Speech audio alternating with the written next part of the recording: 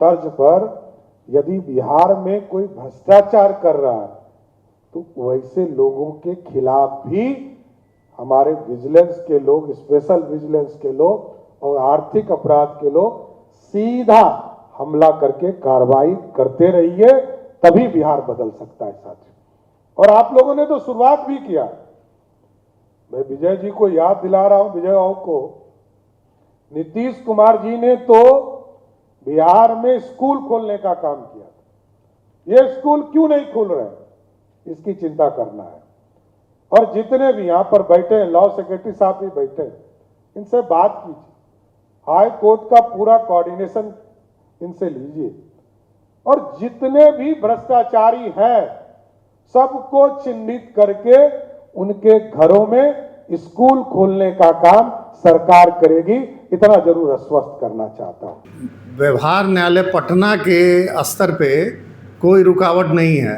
यहाँ से maximum cases जो है ऑनरेबल कोर्ट में अपील में पेंडिंग है, और जब तक अपील में डिसाइड नहीं होगा तब तक फर्दर कोई उस तरह का जो पूर्व का नीति है स्कूल खोलना, कॉलेजेस वगैरह का, तो वो संभव नहीं है। इसलिए माननीय उच्च न्यायालय पे के सुनवाई पे ध्यान लोगों को लगाना चाहिए, कैसे वहाँ पे सुनवाई हो और केसेस में डिसीजन आए, उस अनुसार आगे प्रोसीड किया जा सकता है। नमस्कार, मैं संतोष सिंह। आज बिहार सतर्कता दिवस है और इस मौके पर राज्य सरकार ने कई ऐसे एडवोकेट पदाधिकारी को सम्मानित किया है जो भ्रष्टाचार के जीरो टॉलरेंस के मामले में अतुलनीय योगदान किया है। जी हां, हम भी उस दौर के साक्षी हैं। 2008-10 से 15 के बीच में वो दौर था जब हर दिन हम लोग कोर्ट के परिसर में खड़े रहते थे कि आज कौन सा भ्रष्टाचारी का मकान जब्त हो रहा है, आज किस भ्रष्टाचारी की संपत्ति जब्त हो रही है, आज किस भ्रष्टाचारी को सजा मिलने वाली है। दोपहर 2 बजे के बाद हम सब लोग, बिहार के तमाम मीडिया के हाउस के रिपोर्टर्स पटना सिविल कोर्ट पहुंच जाते थे कि आज किसकी सुनवाई है। नियमित सुनवाई होती थी और हर दूसरे, चौथे, 5वें दिन सजा का ऐलान होता था। उस दौर में आज जिनको पुरस्कार मिला है ये राजेश जी हैं। हम लोग नियमित साथ बैठकर मूंगफली खाते रहते थे और बात होती थी, सर अब किसका बारी है। मतलब वकील से लेके, जज से लेके पत्रकार तक में एक अलग अलग तरीके का उत्साह दिखता था कि चलिए भ्रष्टाचार पर जो जीरो टॉलरेंस की बात नीतीश कुमार ने शुरू की है उसको अंजाम तक पहुंचाने में हर डेमोक्रेसी के इंस्टीट्यूशन को आगे बढ़कर हिस्सा लेना चाहिए। गजब उस दौर में लोगों को सजा मिला, गजब। मतलब भ्रष्टाचारियों में दहशत। पूर्व डीजी नारायण मिश्रा, कोई सोच सकता है उनके यहां रेड हुआ था। एमबीआई के बड़े अफसर, एकदम खन्नास अफसर, सब दिल्ली, मुंबई, कलकत्ता, कहां कहां हो रहा है रेड एक साथ। और उसी दौर में अभियानंद जी इकोनॉमिक ऑफेंस का गठन किए थे, आर्थिक अपराध इकाई का, कि ये जो लड़ाई है ना, ये लड़ाई जब तक प्रभावी ढंग से लागू नहीं होगा तब तक अपराध थमने वाला नहीं है। अपराध का कैरेक्टर बदल गया है और वो कैरेक्टर ये है कि प्राधिकारी अब अपराधी बन गए हैं, लूट मचा रखा है। और जब तक इस अपराध पर अंकुश नहीं लगेगा तब तक न इस राज्य का विकास हो सकता है और ना ही विकास को लेकर तत्पर अधिकारियों में इस बात का भय होगा कि हम गलत करेंगे तो जेल भी जा सकते हैं। कितने आईएएस आईपीएस अधिकारियों पर, अरे भाई मुजफ्फरपुर का एसपी विवेक कुमार, एसपी रहते हुए, एसएसपी रहते हुए उसके यहां रेड हो गया। हालांकि अब थोड़ा राहत मिल गया। उस समय में सेंथिल क्या क्या नहीं हुआ इस प्रदेश में, कितना भी रसूख वाला व्यक्ति क्यों ना हो, कार्रवाई होती थी। भ्रष्टाचार को लेकर यह नंगा नाच कदापि नहीं, कोई सोच नहीं सकता था। तो आज उस दौर के उस उपलब्धि के लिए राजेश जी को मुख्यमंत्री की तरफ से सम्मान किया गया है।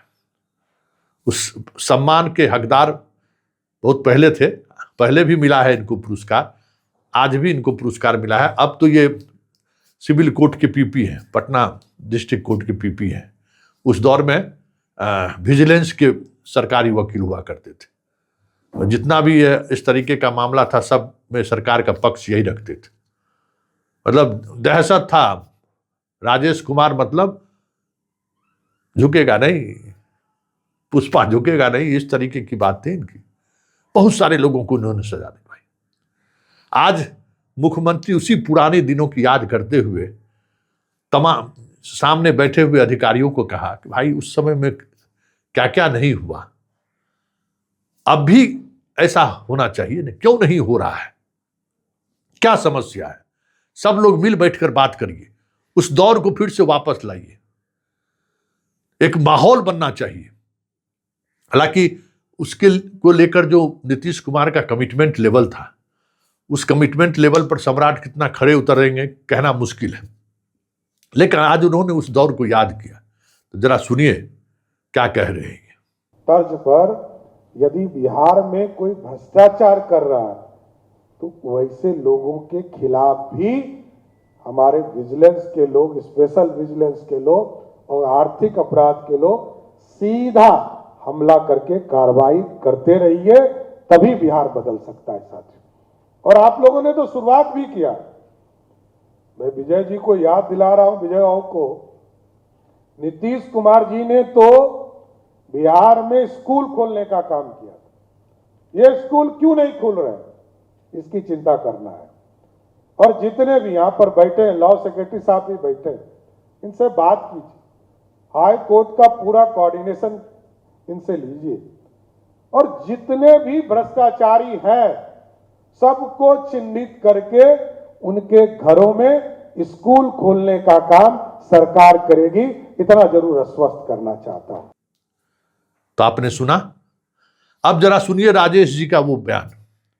राजेश जी से भी मेरा ये सवाल था कि वो दौर था जब आप सजा पर सजा कराए जा रहे थे, एक माहौल बना था बिहार में भ्रष्टाचार के खिलाफ, जीरो टॉलरेंस। क्या हो गया, कहां जाकर ये गाड़ी रुक गई, कहां जाकर ये गाड़ी थम सा गया? जरा सुनिए, बहुत बड़ी बात राजेश जी ने कहा है कि हम लोगों ने तो कितने लोगों को सजा करा दी, लेकिन वो सजा का अपील अभी तक हाई कोर्ट में पेंडिंग है।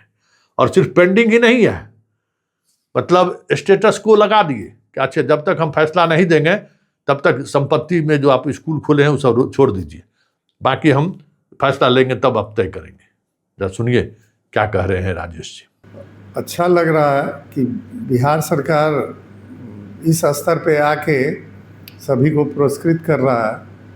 ये 2010 का एक्ट है, बिहार स्पेशल कोर्ट एक्ट, जो नीतीश जी ने लाया जीरो टॉलरेंस के तहत, और उसमें अच्छा काम हुआ। उसमें एक्स डीजीपी, आईएएस वगैरह सभी के संपत्ति को जब्त किया गया, और उसमें स्कूल वगैरह भी खुला, जो सरकार का नीति था। अभी आज फंक्शन में माननीय मुख्यमंत्री जी ने इच्छा जाहिर की कि और भी स्कूल खुलना चाहिए। तो मैं ये जानकारी देना चाहता हूँ कि व्यवहार न्यायालय पटना के स्तर पे कोई रुकावट नहीं है। यहाँ से मैक्सिमम केसेस जो है ऑनरेबल कोर्ट में अपील में पेंडिंग है, और जब तक अपील में डिसाइड नहीं होगा तब तक फर्दर कोई उस तरह का जो पूर्व का नीति है स्कूल खोलना, कॉलेजेस वगैरह का, तो वो संभव नहीं है। इसलिए माननीय उच्च न्यायालय पे के सुनवाई पे ध्यान लोगों को लगाना चाहिए, कैसे वहाँ पे सुनवाई हो और केसेस में डिसीजन आए, उस अनुसार आगे प्रोसीड किया जा सकता है। माननीय व्यवहार न्यायालय पटना में जो माननीय प्राधिकृत पदाधिकारी हैं, वो कुल अब तक 69 मामला उनके यहाँ दर्ज किया गया कॉन्फिस्केशन का। जिसमें 46 मामला में निर्णय आ चुका है। उसमें कुछ डेथ वगैरह भी हुआ, लेकिन मान के चलिए कि 40 मामला इंटैक्ट जो है में आया जजमेंट, जिसमें मात्र 4-5 मामले में माननीय उच्च न्यायालय ने ऑर्डर किया और स्कूल वगैरह खुला। शेष जो 35-36 मामले हैं वो आज भी माननीय उच्च न्यायालय में लंबित हैं। उस पर ध्यान देना चाहिए लोगों को। वहाँ माननीय उच्च न्यायालय से आग्रह करना चाहिए कि इसका डिस्पोजल किया जाए, तभी वो रास्ता खुलेगा जो बाधा बना हुआ है। तो आपने सुना कि राजेश जी ने क्या कहा है।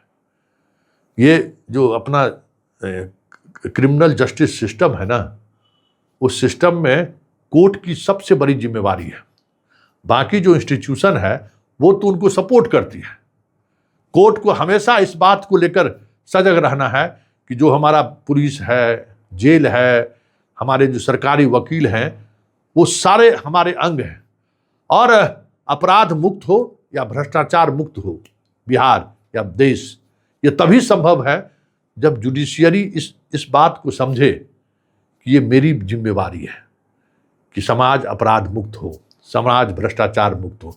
जब तक ये जिम्मेवारी जुडिशियरी के लोग नहीं समझेंगे, तब तक सम्राट भाई चिल्लाते रहिए, कुछ होने को नहीं है।